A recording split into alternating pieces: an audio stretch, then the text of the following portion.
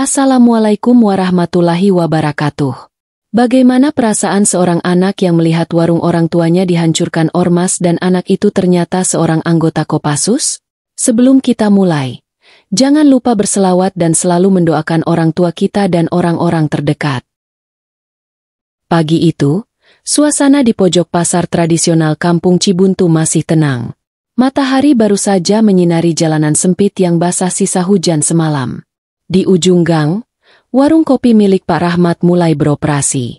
Warung sederhana beratapkan seng itu selalu jadi tempat persinggahan tukang ojek, pedagang sayur, dan anak-anak muda yang nongkrong sebelum beraktivitas.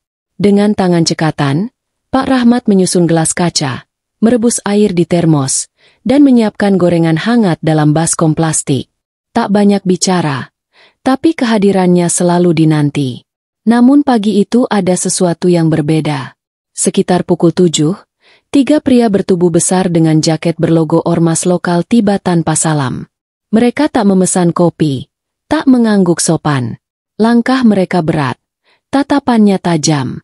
Salah satu dari mereka, berambut cepak, penuh tato di leher, berdiri paling depan. Suara klak sepatu bootnya bergema di lantai semen kasar.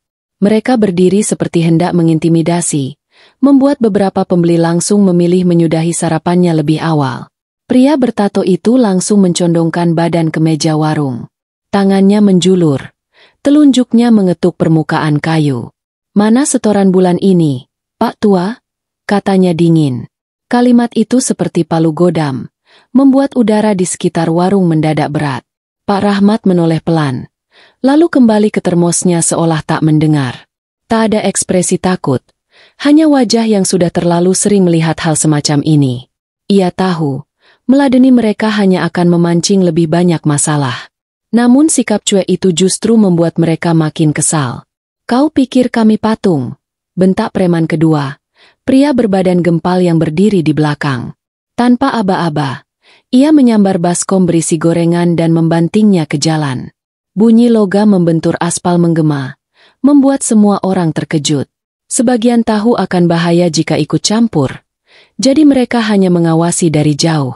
Pak Rahmat tetap di tempatnya, menatap kosong gorengan yang kini berserakan dan kotor. Tak puas, salah satu dari mereka menendang kursi plastik hingga mental keselokan. Gelas pecah, mie instan beterbangan, dan suara benda-benda jatuh menambah kericuhan. Mereka benar-benar mengobrak-abrik warung itu, seolah ingin melampiaskan kekesalan karena dianggap tak dihormati. Para pembeli lain memilih pergi, meninggalkan Pak Rahmat sendirian menghadapi amukan 3 preman berkedok ormas itu.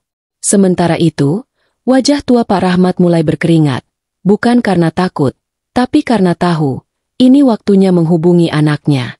Kekacauan berlangsung nyaris 5 menit. Gelas-gelas kopi pecah berserakan, baskom gorengan menggelinding keselokan, dan mangkuk mie instan tumpah ke jalan seperti tak ada nilainya. Preman ketiga mengambil termos dan menjatuhkannya dengan sengaja. Air panasnya tumpah, membuat salah satu kaki meja kayu menghitam terbakar. Beberapa warga mulai merekam diam-diam dari balik sudut bangunan, tapi tak berani mendekat. Pak Rahmat berdiri di tengah kekacauan itu, wajahnya menegang, matanya mulai memerah bukan karena takut, tetapi karena marah dan kecewa. Ia terlalu sering sabar, terlalu sering diam. Tangan Pak Rahmat gemetar saat merogoh saku bajunya. Dari dalamnya, ia mengeluarkan sebuah ponsel lawas yang hanya ia gunakan untuk 2 hal, menelepon anaknya dan mendengarkan radio. Jemarinya bergerak pelan, menekan tombol yang sudah ia hafal di luar kepala. Suara nada sambung terdengar, dan beberapa detik kemudian terjawab. "Nak," katanya lirih. Ia tak perlu menjelaskan banyak. Cukup satu kalimat berikutnya. "Mereka datang lagi. Warung ayah hancur." Di seberang, suara berat menjawab tenang. "Tunggu di tempat." Tak sampai 15 menit, deru motor trail membelah jalanan pasar yang mulai ramai. Semua mata menoleh ketika seorang pria dengan jaket hitam, celana kambet, dan sepatu lapangan turun dengan langkah mantap. Dialah Danu, anak Pak Rahmat, seorang anggota Kopassus yang dikenal pendiam dan jarang pulang. Tapi hari ini wajahnya tegas dan penuh amarah. Ia tak perlu bertanya apa yang terjadi. Cukup melihat puing-puing warung ayahnya dan kerumunan warga yang menunduk, ia tahu, seseorang harus bertanggung jawab. Ketiga preman masih berada di sekitar warung, tertawa-tawa sambil menyulut rokok. Mereka belum menyadari kehadiran Danu. Namun begitu pria itu mendekat tanpa sepatah kata pun, preman bertato mendongak dan mendesis. "Siapa lo?" Danu tak menjawab. Ia hanya menatap mereka dengan dingin, lalu melirik warung yang kini porak-poranda. Dalam sekejap, atmosfer berubah. Ketegangan terasa menyesakan, dan warga di sekitar otomatis mundur beberapa langkah. Ada sesuatu dalam tatapan mata Danu yang membuat siapapun tak berani main-main. Preman tinggi itu maju selangkah, mencoba mempertahankan wibawanya. "Lo anak si Pak Tua itu, ya? Jangan sok jagoan di sini, bro. Ini wilayah kami." Tapi sebelum kalimat itu selesai, Danu melesat. Satu pukulan telak menghantam rahangnya, membuat tubuhnya terjungkal ke belakang menghantam etalase rokok. Tanpa memberi jeda, Danu menyusul dengan tendangan ke perut preman kedua yang hendak maju. Terkejut dan tak siap, preman itu tersungkur sambil memegangi perutnya. Preman ketiga sempat mundur, tapi Danu menatapnya seperti elang melihat mangsa. Cepat, tenang, dan mematikan. Preman ketiga yang sempat mundur kini nekat mencabut pisau lipat dari saku jaketnya. Beberapa warga menjerit pelan. Tapi Danu sudah sangat terlatih. Ia menyampingkan tubuhnya, meraih pergelangan tangan si preman dan memelintirnya ke belakang dengan cepat dan presisi. Pisau terlepas dan meluncur ke aspal. Danu mendorong tubuh lawannya ke dinding, membuatnya terkapar. Semua terjadi dalam hitungan detik. Tubuh-tubuh besar itu ternyata tak ada apa-apanya di hadapan seorang prajurit pasukan khusus yang sudah ditempa dalam berbagai misi berat. Dalam 3 menit, semua preman sudah tumbang. Preman pertama memegangi rahangnya yang hampir tak bisa digerakkan. Preman kedua meringkuk dengan wajah memar. Dan yang ketiga masih tersandar di dinding, terengah dengan lengan terkilir. Warga mulai mendekat perlahan, seperti tertarik oleh kekuatan yang baru saja mereka saksikan. Sorak-sorai kecil terdengar, meski masih ada ketakutan mengendap di udara. Danu berdiri di tengah mereka, tubuhnya tegap, pandangannya masih menyapu sekitar. Bukan untuk pamer kekuatan, tapi memastikan semua aman. Tanpa bicara banyak, Danu menoleh ke arah tiang listrik tua yang berdiri tegak di sisi jalan. Di atasnya tergantung kabel hitam tebal, biasa digunakan untuk lampu jalan pasar. Ia menunjuknya. "Kabel itu. Tolong ambilkan tali atau apapun yang bisa dipakai," ucapnya kepada warga. Beberapa dari mereka sempat bingung, tapi akhirnya 2 pemuda bergegas membantu. "Kita kasih mereka pelajaran. Bukan untuk menyiksa, tapi agar mereka tahu rasa," kata Danu tegas. Kata-katanya membuat warga merasa terlibat dalam perlawanan yang sah.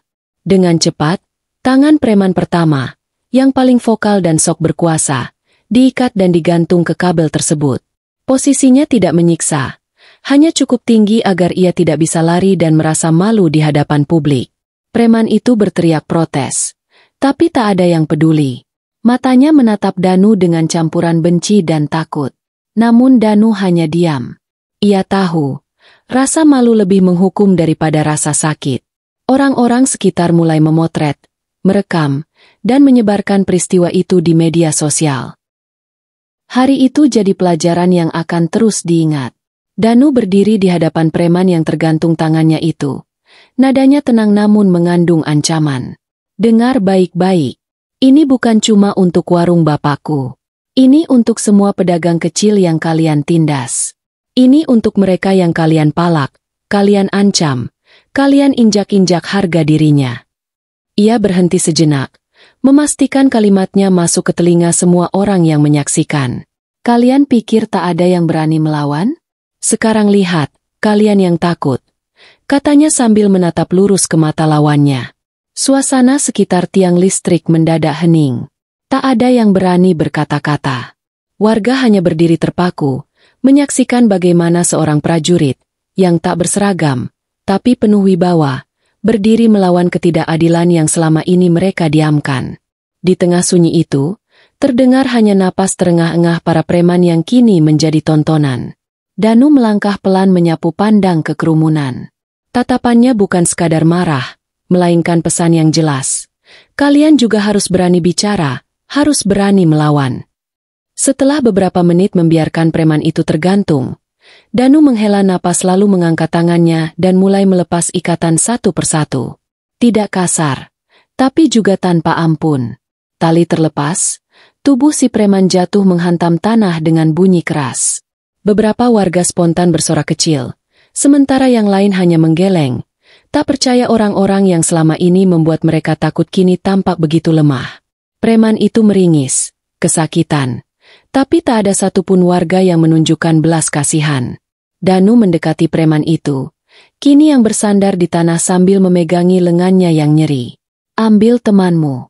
Angkat mereka. Pergi dari sini. Jangan pernah kembali ke pasar ini. Kalau kau muncul lagi, aku takkan ikat kau di kabel. Aku akan datang ke markas kalian, kata Danu pelan, tapi nadanya dingin dan jelas. Preman itu mengangguk cepat, lalu dengan terbata-bata berusaha menyeret dua rekannya yang masih setengah sadar.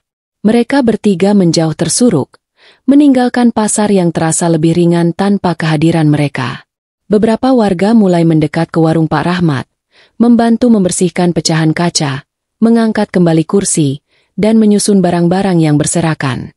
Tak butuh waktu lama, warung itu kembali berdiri walau sederhana.